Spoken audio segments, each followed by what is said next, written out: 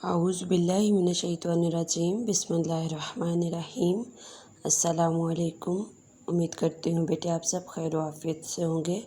جی بیٹے، آج کے لیکچر کی طرف چلنے سے پہلے ہم دیکھیں گے گزشتہ لیکچر ہمارا کیا تھا۔ گزشتہ لیکچر جو تھا ہمارا، اس میں ہم نے ہمارے نصاب میں شامل کہانی کی تھی، اور وہ کہانی تھی جیسے کرنی ویسی بھرنی۔ نتیجہ کے تحت ہم نے کہانی لکھی تھی جس کا عنوان ہمیں خود لکھنا تھا، اور اس کا عنوان تھا ایک کچھوار بچھو۔ کچھوار بچھو کے عنوان سے ہم نے وہ کہانی لکھی تھی، اور جس کا نتیجہ جیسی کرنی ویسی بھرنی تھی۔ وہی کہانی آپ کو یاد کرنے کے لیے بھی دی گئی تھی، ٹھیک ہے، وہ آپ کو انشاء پردازی سے دیکھ کر لکھنے کے لیے دی گئی تھی۔ اور آج جو ہم کہہ رہے ہیں، ہم اپنے نصاب میں مئی کے نصاب میں شامل، مئی کا جو سلیبس ہے اس میں شامل اگلی کہانی ہم کریں گے۔ اور جو دوسری کہانی ہے ہمارے مئی کے سلیبس میں، وہ ہے ایماندار لڑکا، جو کہ عنوان ہے۔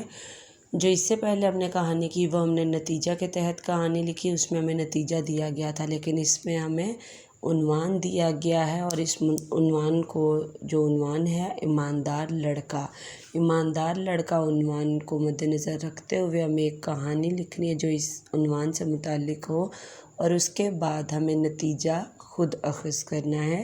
یعنی جو کل ہم نے کی تھی وہ ہم نے نتیجہ کو سامنے رکھتے ہوئے کی تھی، لیکن اس میں ہم نے عنوان خود لکھا تھا، اور اس میں یہ دوسری قسم ہے کہانی کی، یعنی اس میں ہمیں عنوان دے دیا گیا۔ اس عنوان کو مد نظر رکھتے ہوئے ہم ایک مناسب کہانی لکھیں گے، اور اس پر اور اس کے بعد کیا ہوگا کہ جب کہانی کا اختتام ہوگا تو کہانی کے اختتام سے ہی پھر ہم اس کہانی کا نتیجہ اخذ کریں گے، ٹھیک ہے۔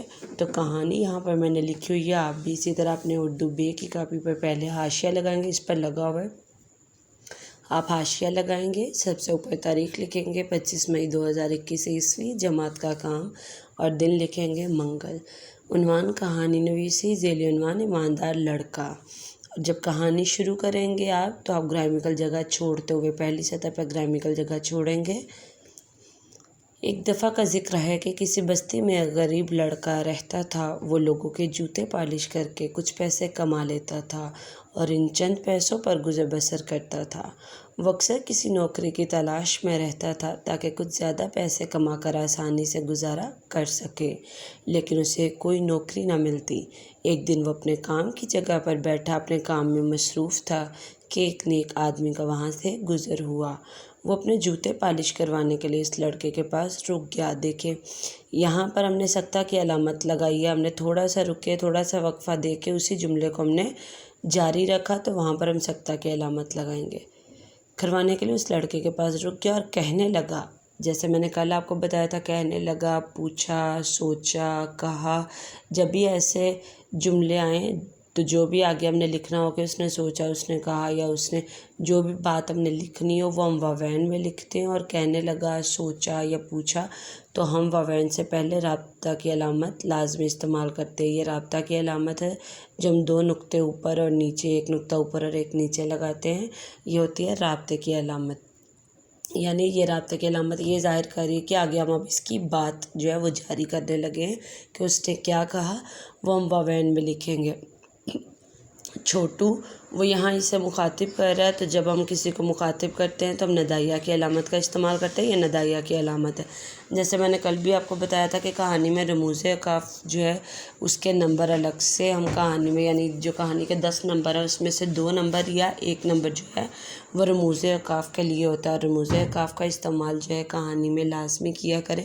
جہاں بھی کسی کی کہی بات کوئی آئی یا کسی نے سوچا یا کچھ بھی، تو وہاں پر رابطے کی علامت لگاتے ہوئے واوین میں لکھا کریں اس بات کو، اور جہاں پر کسی کو مخاطب کیا جا رہا ہے وہاں ندائیہ کی علامت لگاتے ہیں۔ جہاں پر کوئی سوال کیا گیا ہو وہاں پر سوالیہ علامت، سوالیہ نشان کا استعمال لازمی کرتے ہیں، ٹھیک ہے۔ اور کہنے لگا، چھوٹو ذرا میرے بھی جوتے چمکا دو۔ یہاں اس کی بات ختم ہو گئی، ہم نے واوین بند کر دیا۔ اس آدمی کی بات سن کر لڑکے نے جواب دیا۔ اب جو لڑکے نے جواب دیا ہے وہ بھی ہم واوین میں لکھیں گے، رابطے کی علامت لگا کر واوین۔ جی صاحب، وہ بھی اب اس سے مخاطب ہے، جی صاحب، ندائیہ کی علامت لگائیں گے۔ ابھی پالش کر دیتا ہوں، بس آپ پیسے تیار رکھیں۔ یہاں پر اس کی بات ختم ہوئی تو واوین بند کر دیں گے۔